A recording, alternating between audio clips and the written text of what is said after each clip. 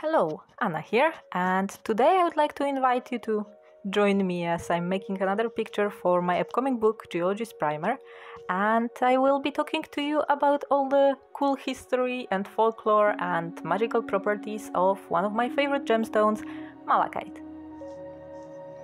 You may already know it is vastly popular. This emerald green semi-precious stone is used for carving and painting and healing and magical protection, especially against lightning, nightmares and malicious spellwork. And as I put the basic of the pictures together, let me just remind you that I am using public domain photos as the base for all those images or photos that I've taken myself, which is why I'm allowing myself to just roughly redraw them. If you're interested in geology, malachite is a copper carbonate hydroxide mineral, but that isn't probably gonna make a lot of change in your life, other than remembering that it is actually very much a copper thing, which mostly means that it is considered by many people toxic. There are in fact long conversations across various social media and online forums about the toxicity of malachite, with some people claiming that contact with the stone can cause copper poisoning. However, the gemstone is chemically stable and can be worn safely. It is of course ill-advised to breathe in dust particles when polishing malachite, or any other stone for that matter. Ingesting water in which malachite was soaked is also best avoided, and so is bringing it in contact with any acids. So if you ever have to clean malachite jewelry, just use water. Malachite is one of the most striking and commonly appreciated semi-precious gemstones. Many cultures, such as Greeks and Egyptians, used it in ornamental arts as a sculpting material or jewelry or pigment, sometimes still used to this day, although it is rather expensive. It was used as an eyeshadow and many more. It is likely that malachite was also the first ore of copper ever to be extracted, and the process of extracting this orange metallic liquid from an emerald green stone gave the rise to legends about malachite's power of alchemy and transmutation.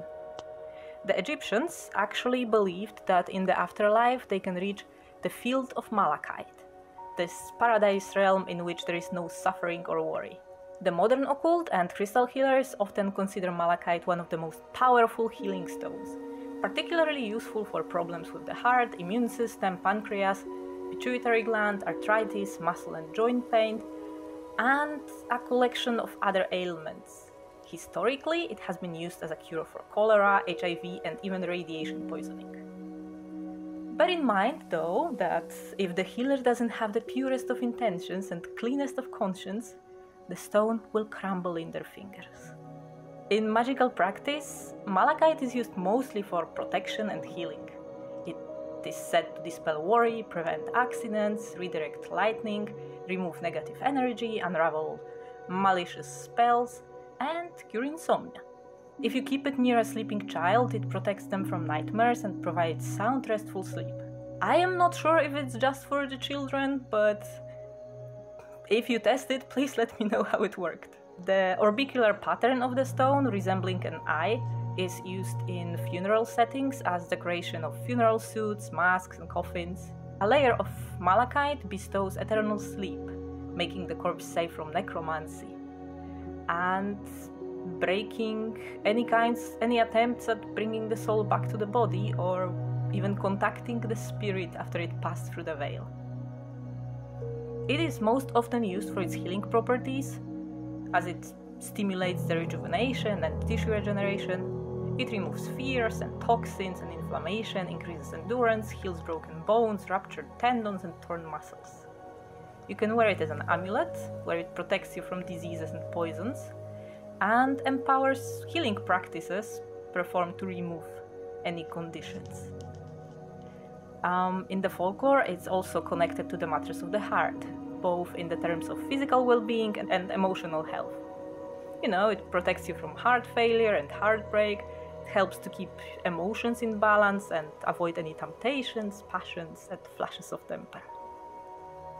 Alchemists, enchanters, and artists can make use of malachite to soften metals, usually gold, without use of heat.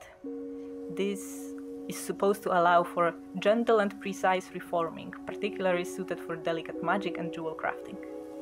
The natural properties of malachite make it particularly suited for items bestowing invisibility, protection, and health. That is about how much occult has to say about malachite. Geologically, it is an interesting stone, and it is just so pretty. As much as I can talk about folklore, I was about to tell you about my personal feelings, and then I realized that pretty is all I have. So I think this is gonna be enough for this week's episode, and I hope you enjoyed it, and I hope you're gonna join us next time when I draw something. I don't know what, but it's gonna be after malachite in the alphabetical order. So stay tuned, and I hope to see you soon. Don't forget to check our Patreon, there's a link right there below, so you can have early access to Geologist Primer as I write it and draw all the illustrations. Bye!